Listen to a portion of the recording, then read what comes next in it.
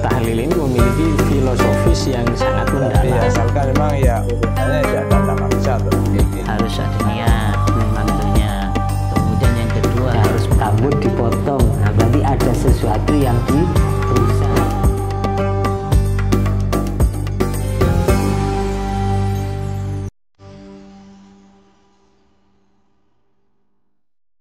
Dipersembahkan oleh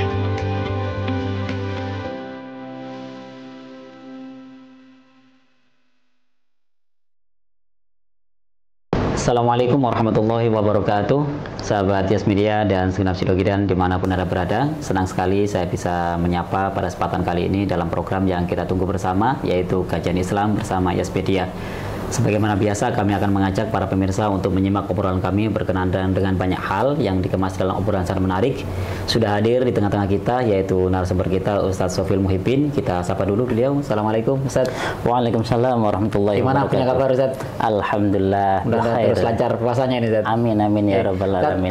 Kalau menjadi tradisi ya bukan tradisi, menjadi kebiasaan di masyarakat kita ini, kalau biasanya di hari raya ke-7 itu, hari raya Kupat itu, banyak sekali masyarakat yang bahasanya itu berwisata atau berrekreasi ke tempat wisata-wisata itu. Nah sebenarnya kalau mereka tidak tidak jarang juga yang melakukan rekreasi ini, masyarakat yang melakukan rekreasi ini yang begitu jauh sampai keluar kota dan sebagainya. Itu kan mestinya kalau kita memperhatikan ibadahnya, sholatnya itu juga kadang-kadang melebihi dari perjalanan qashar ini.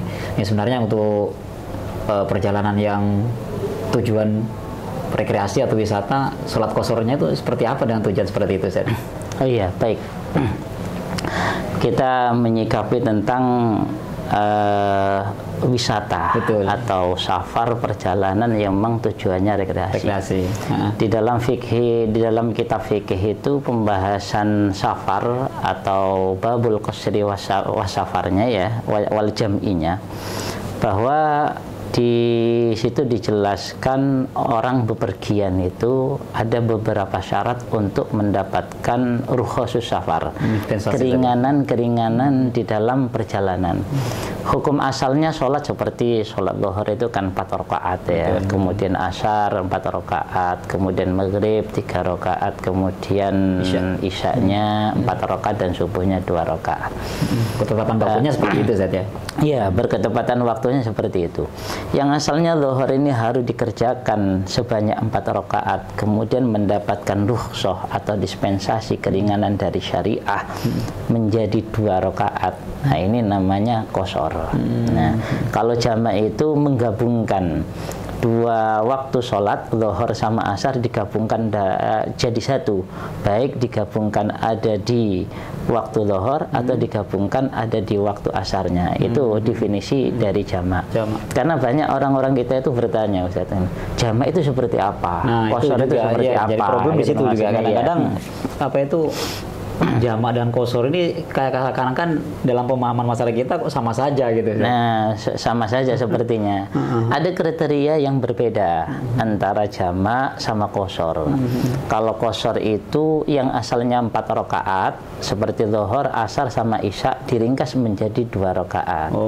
Kalau jamak itu digabung, zuhur bisa digabung dengan asar baik di waktu zuhur atau di waktu asar, maghrib bisa digabung dengan waktu isya baik di waktu maghrib yang diistilahkan dengan jamak takdim. Kalau di waktu yang terakhir yaitu waktu isya namanya jamak takhir. Kalau maghrib nggak bisa diqashar karena ini kan 3 rakaat. Ada teman-teman kita itu sholat karena memang sudah belum praktek ini saja. Akhirnya ketika saya tanyakan gimana, sudah jamak qashar? Iya. Apa maghrib sama isyanya? Iya. Loh, maghribnya di qashar juga? Iya. Berapa? 1,5. Setelah rukuk kemudian salam. Wah, ini hancur. Padahal dia itu kan tahu, cuman karena memang praktek yang yang masih belum dialami. Jadi bisa disimpulkan, saja, mohon maaf, kalau yang arti dari qashar itu sendiri adalah meringkas rakaat sholat. Itu. Kalau jamak itu hanya menggabungkan waktunya jadi satu. Nah, kemudian di dalam keduanya ini, qashar sama jamak ini mempunyai ketentuan-ketentuan. Di antaranya adalah perjalanannya harus mencapai jarak 2 marhalah. 2 marhalah di sini ada khilafiyah di kalangan ulama. ada yang mengatakan 102 km, ada yang mengatakan itu 92 km. Dari khilafiyah yang paling ringan itu ulama mengatakan 81 km. Kira-kira seperti itu. Artinya kalau mengikuti pendapat yang terakhir barusan hanya cukup 81 itu sudah bisa melakukan jamak qashar. Sudah bisa melakukan jamak qashar. Tinggal lihat tujuan dari perjalanannya sekarang ini. Juga berpengaruh. Ada pengaruh juga. Artinya meskipun perjalanan sudah mencapai melebihi dari 80 kilo, ini gimana Ustaz? Bukan serta-merta langsung boleh melaksanakan jamak qashar, Ustaz? Bukan serta-merta langsung diperbolehkan, karena kan ada beberapa syarat yang harus terpenuhi. Di antaranya itu jarak tempuh perjalanannya, kemudian juga tujuan perjalanannya. Kalau yang seperti tadi bertujuan untuk rekreasi misalkan, Ustaz, gimana ya? Nah, tinggal lihat. Yang dalam syariat itu yang diperbolehkan kalau tujuannya kan tujuan taat. Atau paling tidak ada gharadun sahih, ada tujuan yang dibenarkan oleh syariat. Salah satu contoh.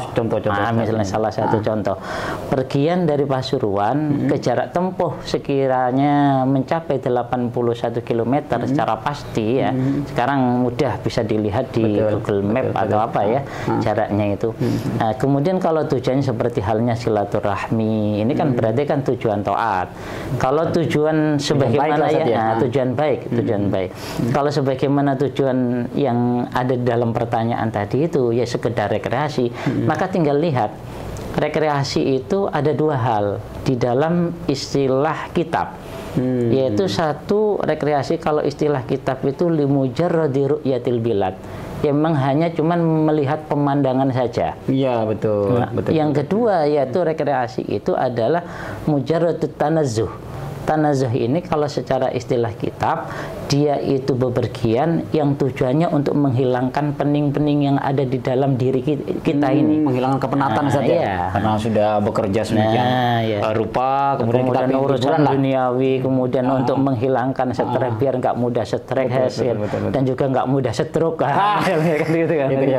Saya kira hanya uang saja yang bikin stroke, ternyata pekerjaan juga bikin stroke. Pekerjaan juga, karena memang menumpuknya tugas-tugas kita. Gitu maksudnya. Akhirnya ada rekreasi yang memang tujuannya kan untuk menghilangkan penat-penat yang ada dalam pikiran kita. Jadi biar kita dari dua fresh, klasifikasi gitu, tadi ini sama-sama diperbolehkan apa gimana, Zat? Kalau memang tujuannya rekreasi itu untuk menghilangkan penat-penat yang ada di dalam diri kita, kita punya masalah untuk menghilangkan hal itu kalau secara istilah kitab yaitu tujuannya tanazzuh.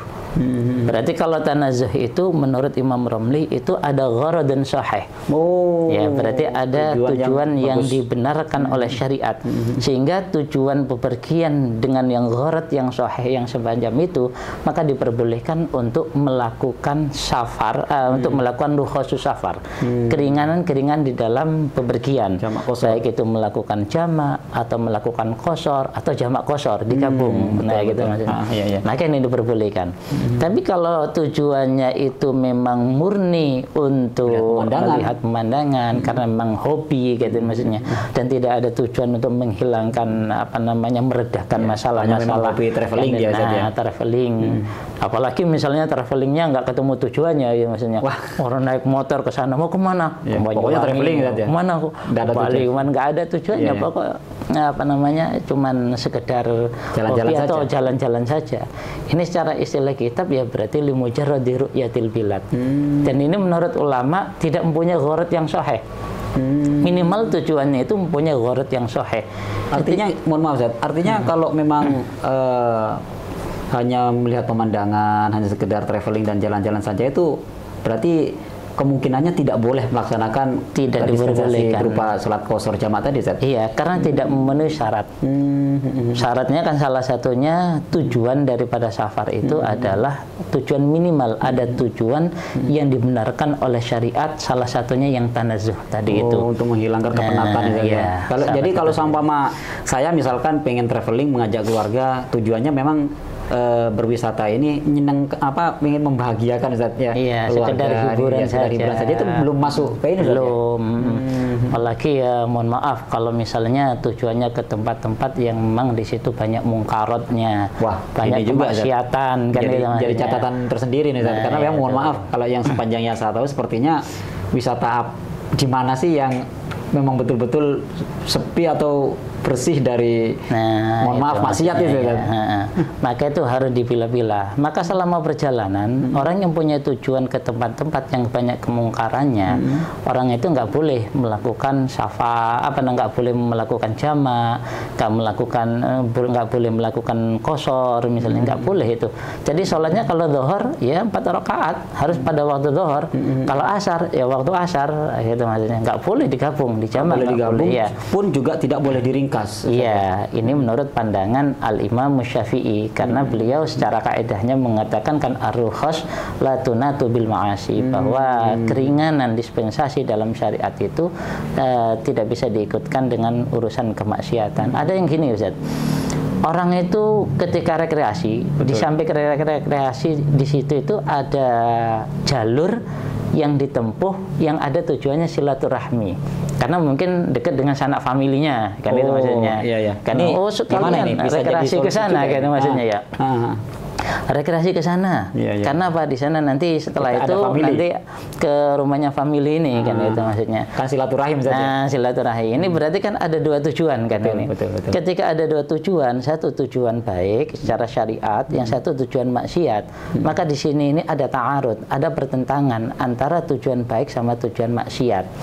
Maka secara kaidah idza ta'aradal mani' wal muqtadi quddimal mani'. Maka secara kaidah tidak diperbolehkan untuk melakukan rukhsah safari ya.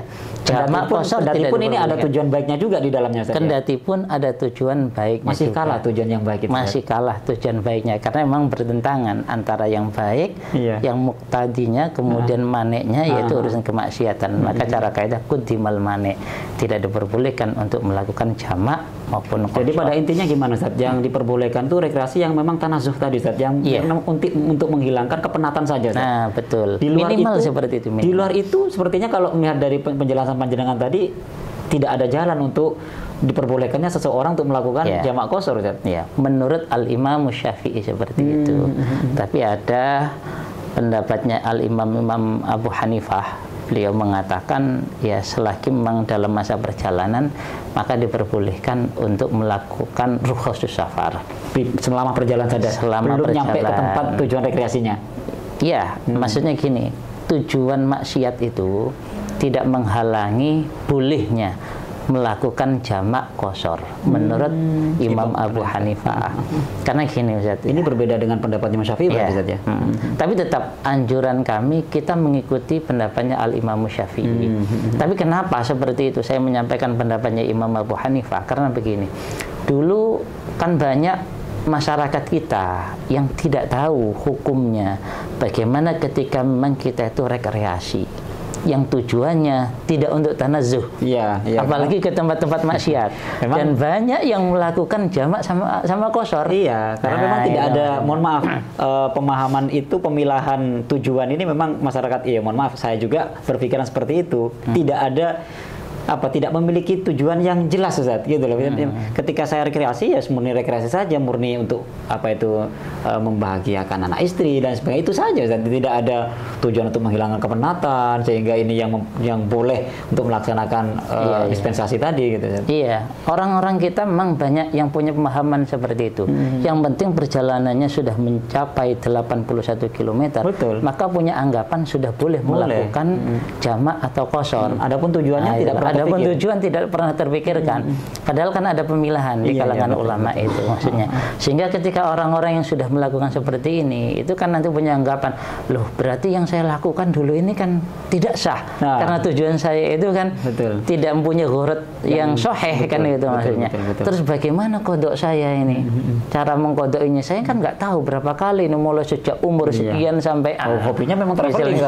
Gimana? Itu kan maksudnya. Maka dalam hal ini ada solusi, yaitu pendapatnya Imam Abu Hanifah. Tapi tetap untuk kedepannya kita harus berhati-hati, karena ini kan urusan ibadah, dengan ibadah kepada Allah. Maka bagaimana sekiranya ibadah itu memang betul-betul baik dan memang betul-betul diterima di sisi Allah. Mungkin salah satu jalannya yaitu mengikuti pendapatnya Al-Imam Syafi'i. Di samping memperhatikan jarak tempuh yang dilalui, kemudian juga harus mempertimbangkan tujuan. Yaitu tujuannya. Salah satunya di samping itu kan nanti ada syarat-syarat yang lain yang juga harus terpenuhi gitu loh maksudnya. Baik, saya kira sudah jelas dari apa yang panjenengan sampaikan berkenaan dengan jamak qashar berkaitan dengan traveling tadi, Ustaz. Terima kasih sudah hadir di studio, mudah-mudahan barokah, Ustaz. Pemirsa, itulah tadi perbincangan kami dan Ustaz Syafil Muhibin berkenaan dengan jamak qashar yang untuk para traveling yang tujuannya untuk berwisata atau rekreasi, sudah dibahas oleh beliau panjang lebar. Mudah-mudahan menjadi penjelasan dan informasi yang sangat bermanfaat untuk kita. Dari kami kurang lebihnya mohon maaf. Assalamualaikum warahmatullahi wabarakatuh.